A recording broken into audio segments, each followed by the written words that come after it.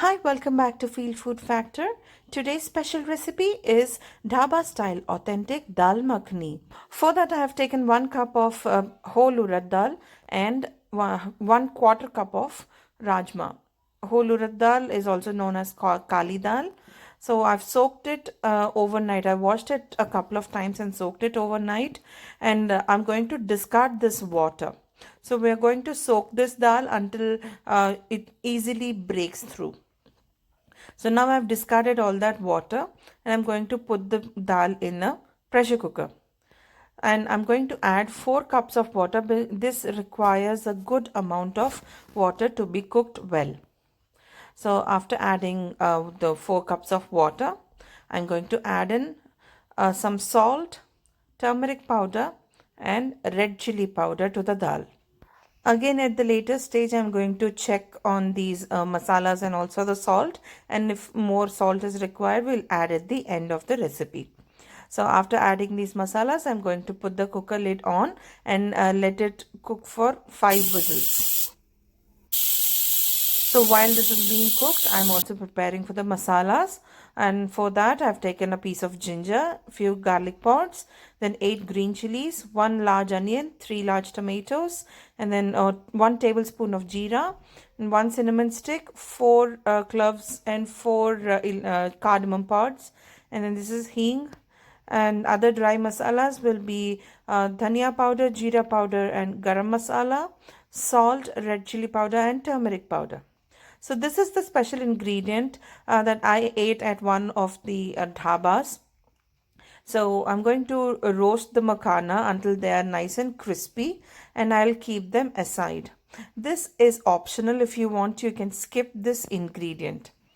As I said, I have tasted it in one of the dhabas and it was really nice addition to the dal makhani.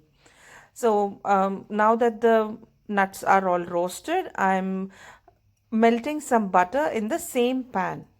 So after the butter started melting, I'm not going to brown the butter. I'm going to add in the whole garam masala, which is cinnamon, the jeera, the cloves and cardamom pods. And I will let this splutter for a few seconds, like about 30 seconds maybe. And once they start giving a nice aroma, I've chopped the onions finely and I'm going to add it to the butter along with 4 green chilies. So I'm using only half of the green chilies now, and the remaining half will go towards the end. And after the onions have changed a little bit of color, I'm adding in the ginger and garlic paste that I freshly crushed. So after adding the ginger and garlic paste, we will fry this until all the raw flavor is gone and it also changes to a light golden brown color. So now I'm adding in salt, turmeric, red chili powder, and also the other dry masalas, that is dhania powder, jeera powder and garam masala. So we are adding salt in stages here, so that we can check at the end of the recipe again. If it needs more salt, we can add more salt. So I'm just frying the masalas in the butter for a few seconds, and after the nice aroma is all released out of the masalas, that's when we will add in the tomato puree or a tomato juice. So this gives a very nice fine color and also a nice consistency to the masala gravy that we are making now. So if you want, you can also add pieces of tomatoes, but I prefer using the tomatoes pureed.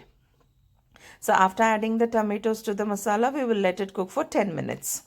So once all the water is evaporated and the butter starts floating on top of the masala, it gives a very rich consistency. Just start separating from the pan, and that is an indication that the masala is all ready. So now we're checking back on the dal. Using a crusher, I'm just mashing up the dal a little bit so that it gives a nice consistency and thickness to the dal. So after mashing up a little bit, I'm going to add in the masala that we prepared earlier into this dal, and after adding the masala, make sure that you cook the dal for at least 20 to 30 minutes so that all the flavors are infused perfectly into the dal. This dal definitely takes time. So generally in restaurants or dabas, what they do is they put this dal into a tandoor oven or a coal fired place so that it cooks on a low flame for a longer time, and that's what gives a very typical taste to the dal makhani. So now look at how rich it looks and how thick and nice it looks. So this is the end of the recipe. Like we are towards the end, we are going to make a final tadka. So the final tadka will be a teaspoon of ghee with 4 green chilies that we earlier kept aside. And to that, we are going to add a little bit of salt to give a nice taste to the green chilies. And after that, I'm going to add in a little bit of hing and then red chili powder and also kasuri methi. So after all these are fried, this takes about 10 seconds. So just before serving, I'm going to add the fox nuts here or the full makhana, and I'm going to switch off the flame and take it into a serving bowl. So after taking in the serving bowl, I'm going to add in the tadka on top. And that's it. The dal is all ready to be served with butter naan or matar pulao or jeera rice. It's going to taste awesome. I tried to keep the recipe as authentic as possible, and that's the reason I did not add any fresh cream or heavy cream, because typically the Punjabi recipe does not call in for it. Tell me how you like this recipe in the comments below, and also post a pic on my Instagram page. Like, share, and subscribe to Feel Food Factor.